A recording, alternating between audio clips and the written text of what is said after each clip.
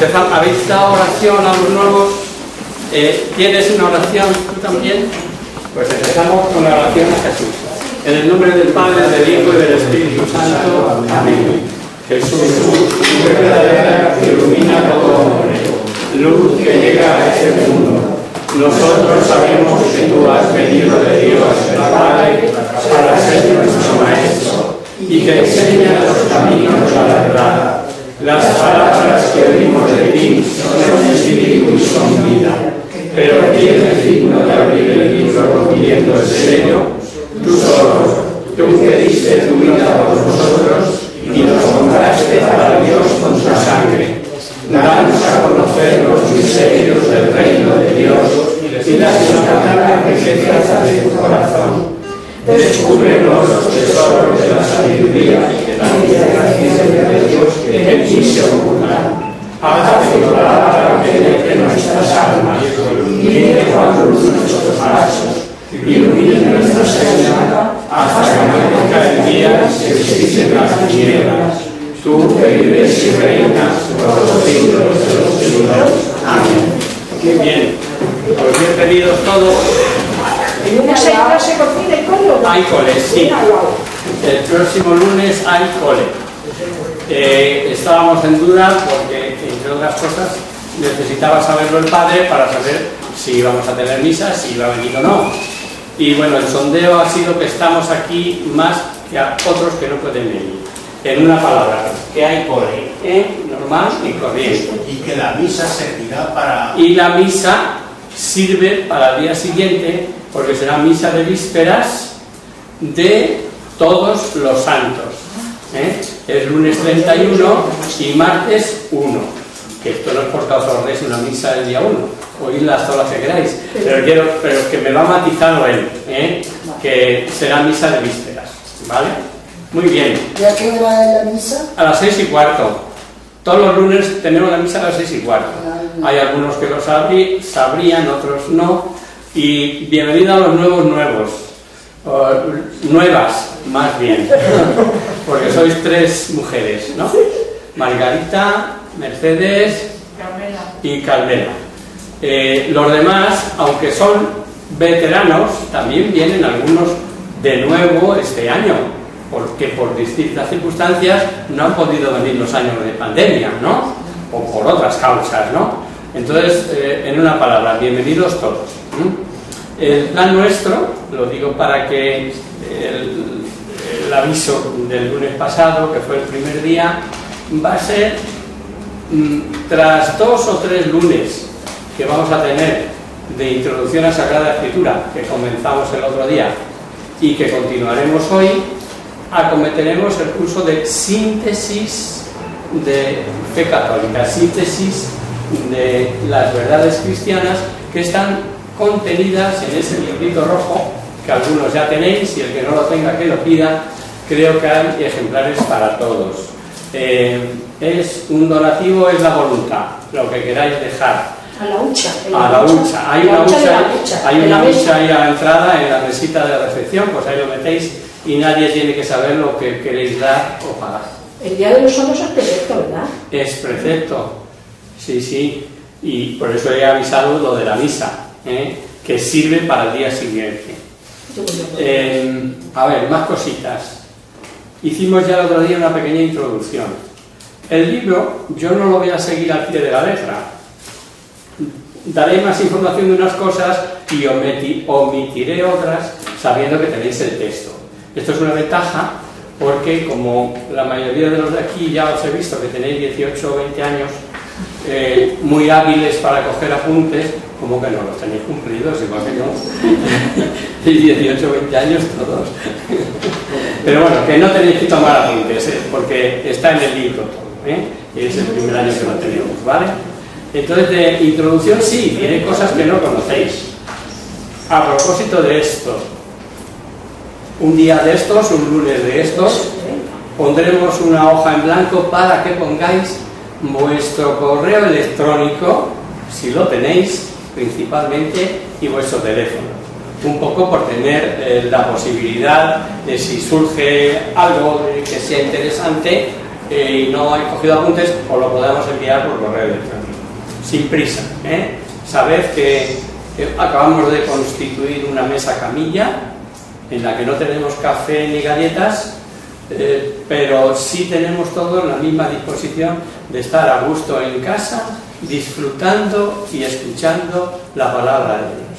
Ya está, de eso se trata. Muy bien, ya dijimos algo el lunes pasado, pero vamos a empezar con una cita que es muy ilustrativa. ¿Me buscáis Hebreos 1:1?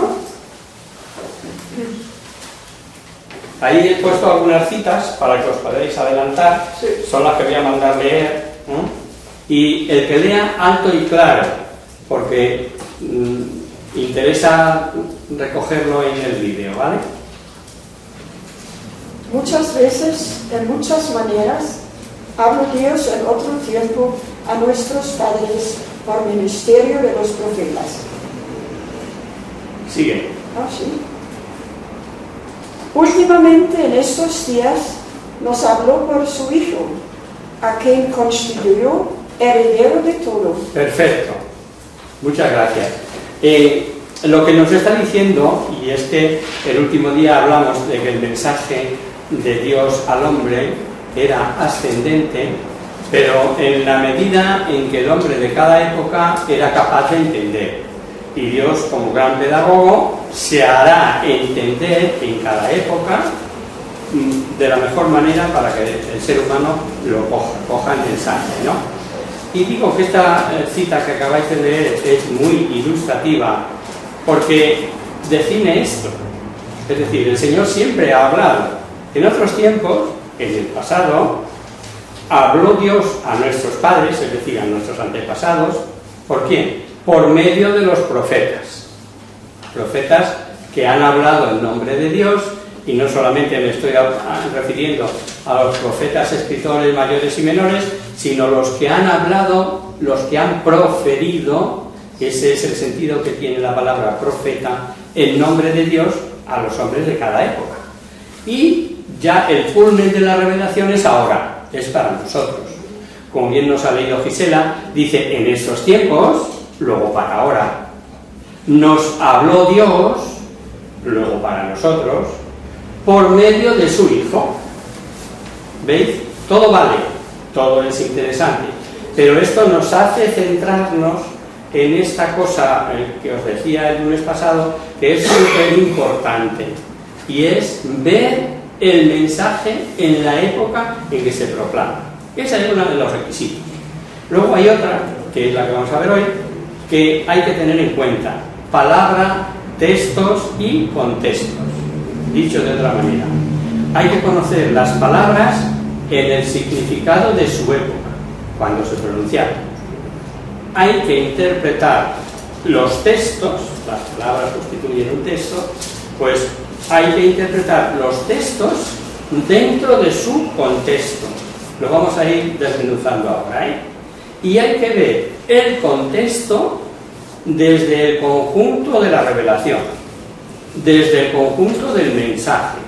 Dicho de otra manera, la Biblia no dice aquí A y aquí B por las buenas y para engañar a la gente. No. Es que está escrita en una época y esto está escrito en otra época. Yo lo suelo llamar el túnel del tiempo. O sea, cuando tenemos que ir a ver a Salomón o a David o a Abraham, vamos a coger el túnel del tiempo e irnos allí para saber lo que significaba ese mensaje en ese momento. Pongamos unos ejemplos. Si yo os dijera que vengo esta tarde de un acto que nos juntamos 4 pelagatos, todos interpretaríais que en el acto hubo muy poca gente. ¿A que sí? Pues bien, supongamos que estáis cogiendo la charla pues en cualquier medio de grabación.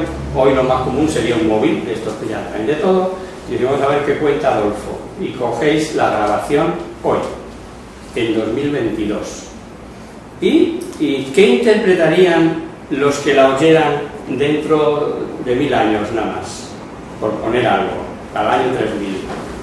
Pues los más ignorantes creerían que en esta época nos quejábamos de que en un acto solo hubiera 4 personas cuyo oficio fuera el de pelar gatos.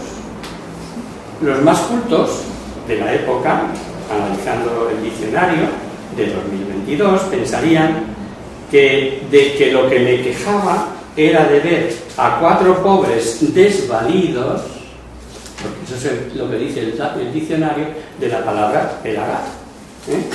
De este ejemplo comprenderéis que lo importante en Biblia no es lo que dice, sino lo que quiso decir el autor sagrado, el agiógrafo. Y porque los tiempos cambian, y las palabras también, y los humanos somos limitados, sujetos a errores, y lo importante es eso, ¿qué quiso decir el autor sagrado? Jesucristo prometió asistencia perpetua a su iglesia. El Espíritu Santo asistirá perpetuamente a su iglesia, en orden a la pureza y profundización del mensaje. Y de aquí surge otra regla, ya en la tercera o la cuarta, desde que empezamos que os he dicho que hay que irlas teniendo en cuenta. La Biblia sin iglesia no pasaría de ser un tesoro de gran valor humano, como por ejemplo la Divina Comedia de Dante o el Quijote o cualquier obra. Sin embargo, la Biblia con la iglesia es el mensaje cierto de Dios. Veamos un ejemplo, Biblia en mano, sobre el significado de una palabra, eos, que he puesto ahí, que en castellano es hasta. Sabéis que el original, bueno, si no lo sabéis también lo saldrá ahora a lo largo del curso, tanto los autores como las vicisitudes que se han ido sucediendo en la escritura del texto sagrado. Hoy, en castellano, la palabra eos puede decir 2 cosas: acciones continuas, por ejemplo, Juan no vendrá hasta las 8, luego después de las 8 sí vendrá, y puede significar también término de acción o lugar. Por ejemplo, debes llegar hasta el Escorial, y después del Escorial no sigues, ahí no dice nada. O otro, debes estudiar hasta doctorarte, y después es que no va a seguir estudiando. Obviamente, si le interesa estar al día en su carrera y lo que ha estudiado, claro que va a seguir estudiando y va a seguir recopilando artículos de revistas especializadas y lo que sea. Bueno, pues si esto ocurre con el castellano, en el que claramente vemos que es necesario ver el contexto, veamos lo que dice la Biblia. Vamos a leer 3 textos en los que aparece la palabra esta, la palabra eos, la palabra hasta. Mateo 13:33. Otra parábola les dijo: el reino de los cielos se parece a un poco de levadura que una mujer tomó y mezcló con 3 medidas de harina, hasta que fermentó toda la masa. Perfecto. ¿Y después? ¿Después sacó la levadura? No, nos dice simplemente que metió la levadura hasta que fermentó. Y obviamente vemos por el contexto que permaneció siempre de la masa. Otra cita, segunda de Samuel 6:23. Y Mical, hija de Saúl, no tuvo hijos hasta el día de su muerte. Perfecto, os pongo en antecedentes. Esta Mical, hija de Saúl, el primer rey de David, pues era una niña bien, una niña orgullosa, que se casa con David. Y ¿qué hace este David? Pues que es en realidad el primer rey de Israel fetén, porque Saúl salió un poquito rana. No estamos en el Antiguo Testamento, si no os daría detalles. Este es otro peligro que intentaré no caer en él, pero como de todo esto que vamos a hablar este año, de todo el curso, cualquiera de los de vosotros que venís asistiendo sabe ya mucho más. Para mí el esfuerzo va a ser sintetizar, porque si no ahora me liaría a hablar de la historia de Saúl y de David. Pero vamos al hecho concreto. Esta niña, esta esposa de David, se mosquea porque su marido hace el tonto. Hace homenaje a Dios a llevar el arca de la alianza, y como uno más del pueblo se pone a danzar casi en cueros con una túnica allí delante del Señor, y ella, que es la mujer del rey, dice: pero bueno, ¿qué pasa aquí? ¿Qué rey es este? Soy la reina. Y el Señor dice que la castigó con no tener hijos hasta el día de su muerte, y fue castigada a ser estéril. Y ya hemos oído el texto: no tuvo hijos hasta el día de su muerte. Y después, evidentemente, jamás lo tuvo, ¿no? Veamos la tercera cita. Mateo 1:25. Y hasta el momento en que ella dio a luz un hijo, él no la había tocado, y él le puso el nombre de Jesús. Perfecto. Esta es una Biblia de las que, siendo fiel al original, el autor hace su propia definición para que nosotros lo entendamos. Pero a ver si tenéis alguna Biblia un poco más antigua. Y sin haber tenido relaciones,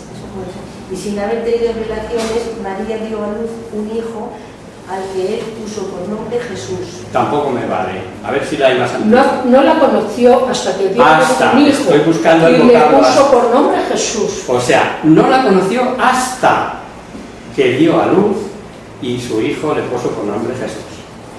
El ángel acaba de revelar a San José la concepción milagrosa de su esposa por obra del Espíritu Santo, y como él no había tenido trato carnal con María, nos dice que Mateo no la conoció hasta que dio a luz. Y después, el evangelista prescinde del futuro, pues solo le interesa decir que el Mesías había sido concebido virginalmente.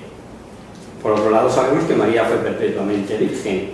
Pero al autor, a Mateo, entonces solo le interesa que quede claro cómo había venido el Señor al mundo, sin trato carnal, sin haberla conocido carnalmente, se entiende, su esposo.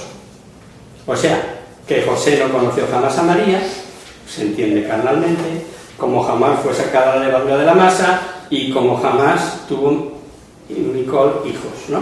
Así podríamos seguir, pero bastan estos ejemplos para ver que el significado de las palabras puede ser distinto del que le habríamos dado en nuestro idioma. Otras veces, el texto suelto suele decir lo contrario de lo que quiere decir. Si leemos Sabiduría 2:10, alguien con ganas, con fuerza, que lea esto. Oprimamos al justo pobre. Oprimamos al justo pobre, sí. No perdonemos a la viuda. No perdonemos a la viuda. Ni respetemos las añosas canas del anciano. Efectivamente, con los ancianos, guerra, no respetemos, ¿no? Y ahora a continuación Carmen podría decir, palabra de Dios. Dilo. Palabra de Dios. ¡Jope!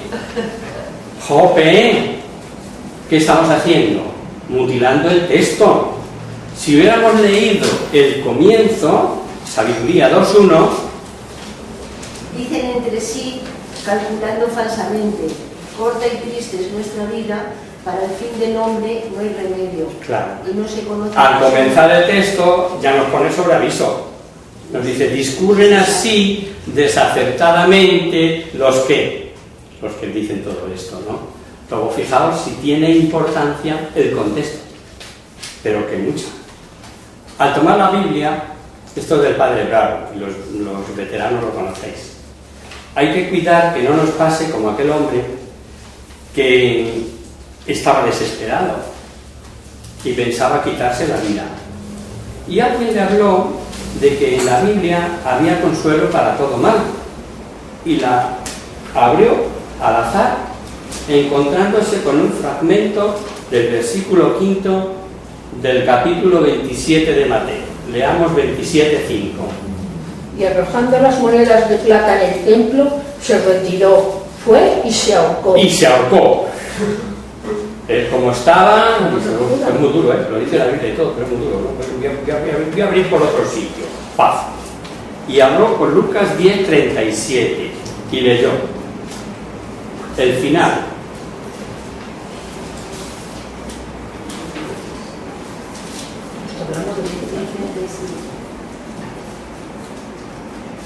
Lucas 10:37. ¿Lo ¿El tenemos? autor de la ley respondió? No me suena. Lucas 10:37. Y él contestó, el que se compadeció de él, Sí, sigue. Jesús le dijo, anda y haz tú lo mismo. Anda y haz tú lo mismo. O sea que primero me dice que se ahorcó y ahora está claro, la Biblia me dice que me ahorque. Anda y haz tú lo mismo. Y se ahorcó, claro. Si hubiera leído el contexto, habría visto que en el primer caso se nos narra la desesperación y el triste final de Judas, sin que ello sea recomendable para nadie. Y el segundo caso, el consejo de Cristo a aquel legalista de la ley, para que obre siempre como lo ha hecho el buen samaritano. Dos pasajes completamente diferentes. Y daos cuenta si tiene importancia, ¿no? Un pasito más. Vamos a dar algunas ideas sobre el autor. Y vamos a definir en primer lugar lo que es Biblia. Y para eso cogemos el Concilio Vaticano II, que es donde mejor definido está. Y dice, la Biblia es la colección de libros sagrados que, escritos bajo la acción del Espíritu Santo, tienen a Dios por autor y como tales han sido confiados a la Iglesia. Dos cosas nos interesa resaltar. Dios, al servirse de hombres, sin quitarle su libertad, su cultura, su modo de pensar, sin cambiar para nada su naturaleza, sino inspirándoles, será el autor principal. Por eso toda la Biblia, el autor único es el Espíritu Santo. Pero el hombre tiene también ciertamente su importancia. Es autor, aunque secundario. Esto último lo ha dejado también bien claro el Vaticano II, ¿no? Que precisamente que por esta parte humana, con sus limitaciones, sus cambios de cultura, de lengua, de costumbres, etc., de no haber sido confiados a la Iglesia, la interpretaría cada cual a su gusto, y la Biblia nos engañaría, sobre todo lo que dice, no sobre lo que quiso decir. Por eso la Iglesia, asistida por el Espíritu Santo, es la guardadora de la revelación. O sea, la revelación es un concepto más amplio que la sola Escritura. Esto ya me parece que lo dijimos también el lunes pasado, pero por remachar. Y es fácil que ciertos misterios de la palabra infinita de Dios nos queden ocultos, al menos mucho tiempo, y no sabemos lo que durará el mundo, y por tanto la Iglesia. La gran tragedia de más de 200 y pico, 400 sectas de hermanos separados de esta Iglesia, y por lo tanto sin contar con la asistencia del Espíritu Santo, ni la Iglesia, para nada, está en esto, en que cada cual interpreta a su gusto. Tiene la sola Escritura y interpreta como quiera, cada cual. Por eso, cada maestrillo con 5.000 librillos hace una secta. Visto esto, nos es de suma utilidad conocer o tener claro qué es esto de la inspiración. Porque hemos dicho que el Señor inspira al autor sagrado. ¿Qué es la inspiración? Este hecho ocurre entre Dios y el escritor escogido por Dios en orden a dar los distintos mensajes, ¿no? Y son tres las notas características de la inspiración, que las tenéis ahí, arriba, a la derecha. Moción, luz y asistencia. Dios empuja, le mueve la voluntad del hombre para que escriba. 2. Ilumina al escritor, luz, y le asiste para que en orden al mensaje no haya error. Fuera de estas tres notas, el escritor sagrado, el agiógrafo, se expresará con su forma de ser, dirá las cosas como él las ve, y lo vamos a ver con los ejemplos que pongamos.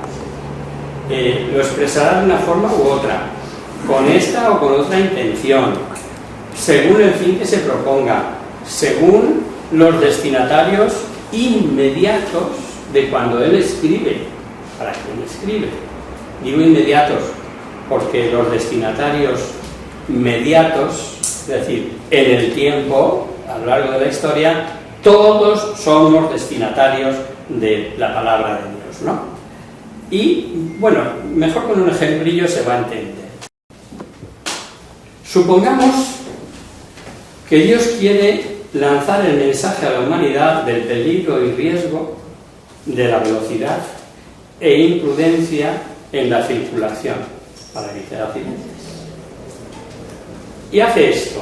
Dios ilumina la mente del escritor para que juzgue y analice y conozca un accidente. Moción. 2. Empuja su voluntad para que lo escriba tal como él lo ve y lo analiza y lo juzga. Y 3. Le asiste para que, pese a sus limitaciones personales o torcidas inclinaciones, que pueda tener o dar a la humanidad un mensaje sin error. Y ya sabemos cuál es el mensaje, ¿no? Un paso más. Dios inspira el accidente a 4 personajes distintos. Los 4 narrarán a su manera y hasta con diferentes intenciones en orden a sus destinatarios inmediatos. Es decir, para quien escribe. Cabe también la posibilidad de que uno de ellos, que escriba después de haber leído la narración de uno anterior, ponga cosas exactas a las leídas. Así comprenderíamos cómo el mismo hecho fue narrado de forma diferente, pero con algunos párrafos iguales, pese a ser 4 autores distintos. Unos usarán hipérboles, ya sabéis lo que es la hipérbole, ¿eh? Una exageración, y uno de ellos, como digo, se le ocurre decir, corrían como relámpagos. Alguno que no viera con buenos ojos a los conductores podría meter en su escrito, es que todos los conductores van como locos. Y otro, de profesión conductor, diría, efectivamente, el exceso de velocidad puede acarrear fallos mecánicos. Todos escriben para prevenir, para evitar accidentes, pero cada uno, al escribir, como os he explicado, arrima el ascua a su sardina. Sin embargo, en los 4 se dieron las 3 notas: moción, luz y asistencia. Y fuera de eso, cada cual va a lo suyo.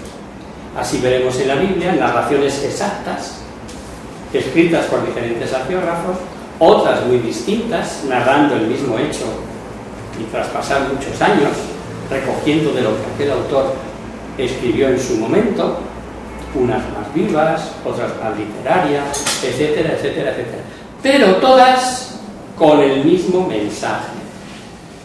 ¿Que Mateo es judío? Pues nos dirá Mateo 5:46. Y otro que vaya buscando Lucas 6:33.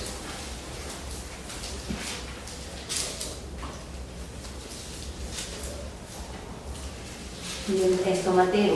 Mateo, sí. Porque si amáis a los que os aman, ¿qué mérito tendréis? ¿No hacen eso mismo los publicanos? Claro, los publicanos, los gentiles lo hacen igual. ¿Qué mérito tenéis? El mensaje es claro. Hay que amar a todos los buenos y los malos. Pero Mateo, los malos son los no judíos, los publicanos, ¿no? Los gentiles. Vamos a ver, el mismo dicho de Cristo recogido por San Lucas, que es gentil. Y si hacéis bien a los que os lo hacen, ¿qué gracia tendréis? También los pecadores hacen lo mismo. Efectivamente. Para Lucas, los malos son los pecadores. Hacen lo mismo. Los dos están diciendo el mismo mensaje. Pero ¿ves qué diferencia? Uno habla de pecadores en general, desde su conocimiento, desde su cultura, y otro habla de los no judíos. Es verdad que los no judíos son los malos. Bien, Mateo, como buen judío, que ha vuelto a la fe de sus mayores, tras haberla abandonado, admira a su pueblo, claro, como cada uno de nosotros. A mí que no me hablen más de los de Ávila, porque los defenderé siempre. Y a mi mujer los de Jaén, y a ti los de Madrid, y a Luis los de Extremadura. Eso está claro, ¿no? Y como digo, Mateo no pronunciaban entre los judíos el santo nombre de Dios, procuraban evitarlo por respeto. Así Mateo, al hablar del reino, suele decir el reino de los cielos. ¿Por qué? Porque para un judío pronunciar el nombre de Dios, tabú, era morir. Luego él da 1000 rodeos y dice, semejante es el reino de los cielos, pa. No voy a mandarle citas, ¿no? Porque las conocemos.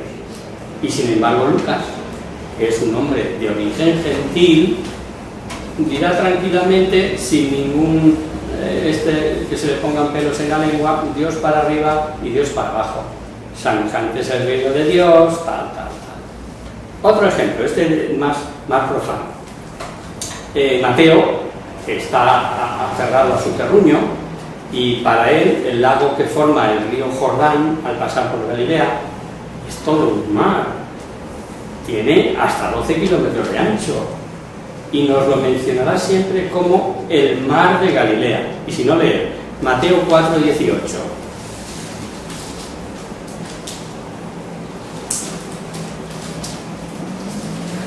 Mientras iba caminando junto al mar de Galilea, vio a 2 hermanos, a Simón, llamado Pedro. Gracias. Él define ahí el mar de Galilea.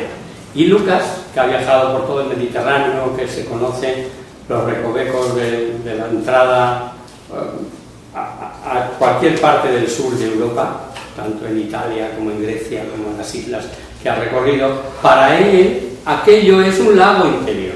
Si no, lee 5:1.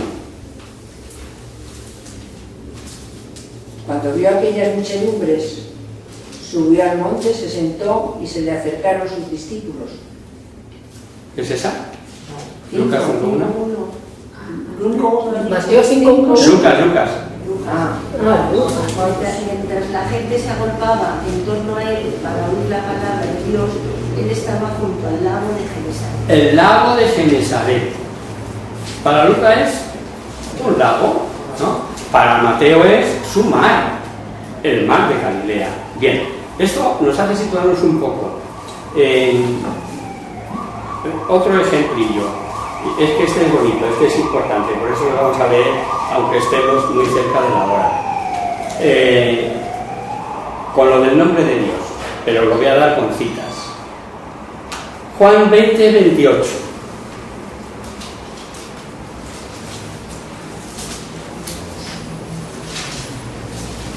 Tomás exclamó, tú eres mi Señor y mi Dios.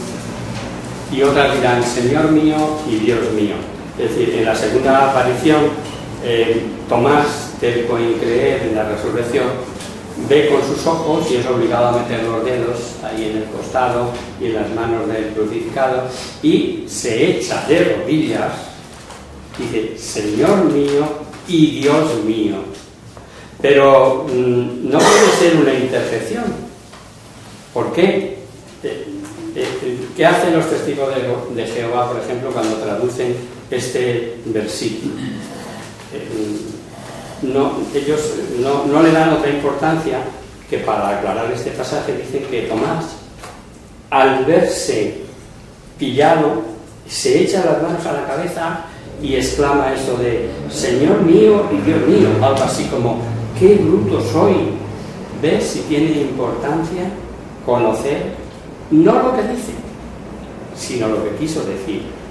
¿Por qué? Pues porque en este caso sabemos que un judío como era Tomás no pronunciaría el nombre de Dios, y un escritor como Juan, que es el pasaje, es también judío, tampoco pronunciaría ni escribiría el nombre de Dios. ¿Ves si tiene importancia conocer tanto el autor como que alguien con autoridad como es la Iglesia nos diga lo que quiso decir, no lo que parece que dice? Otro aspecto interesante es conocer el estilo literario del mismo pasaje. Por ejemplo, leemos otra vez Mateo y otra vez Lucas, para darnos cuenta cómo escribe un semita como es Mateo, o como escribe un hombre imbuido de cultura helénica, que conoce perfectamente el Koiné y que ha viajado por el mundo. Buscamos dos citas, Mateo 7:24 y Lucas 6:47.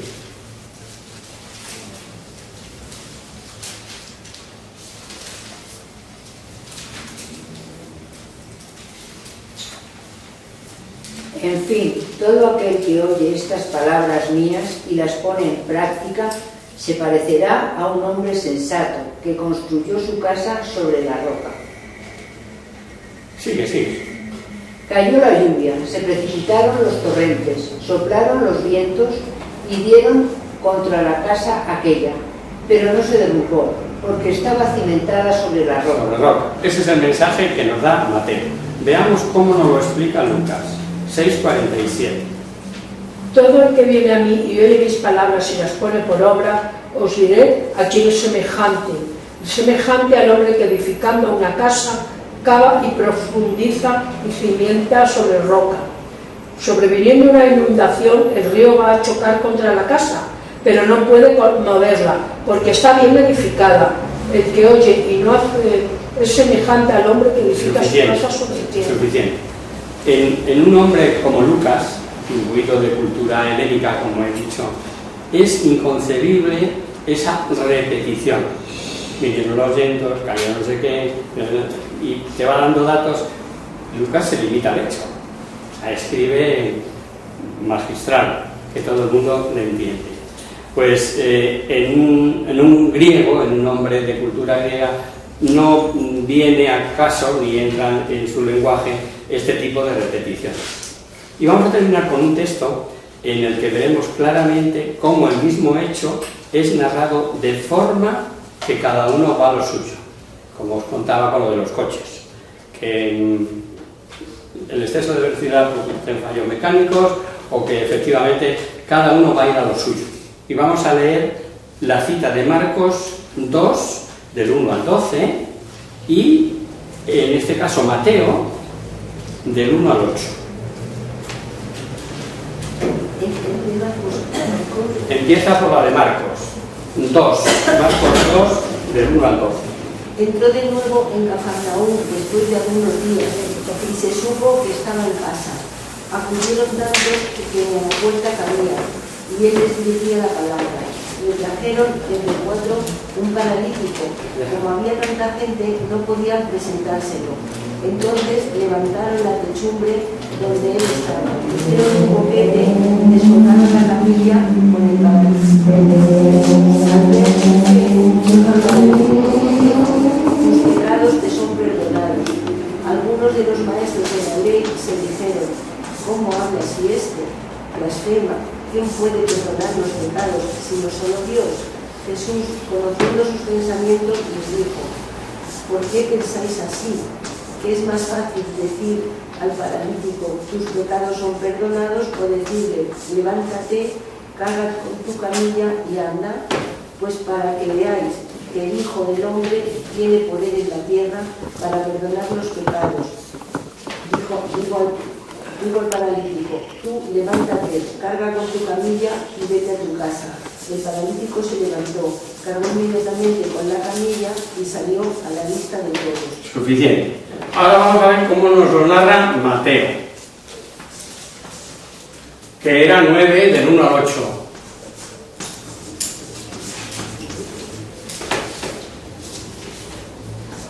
Subió luego a una barca, pasó al otro lado del mar y llegó a su propia ciudad. Entonces le presentaron un paralítico tendido en una camilla. Cuando Jesús vio la fe que tenían, dijo al paralítico: ánimo, hijo, perdonados te son tus pecados. Entonces algunos escribas se dijeron para sí: pero si este está blasfemando. Y penetrando Jesús sus pensamientos, dijo: ¿por qué estáis pensando mal en vuestro corazón?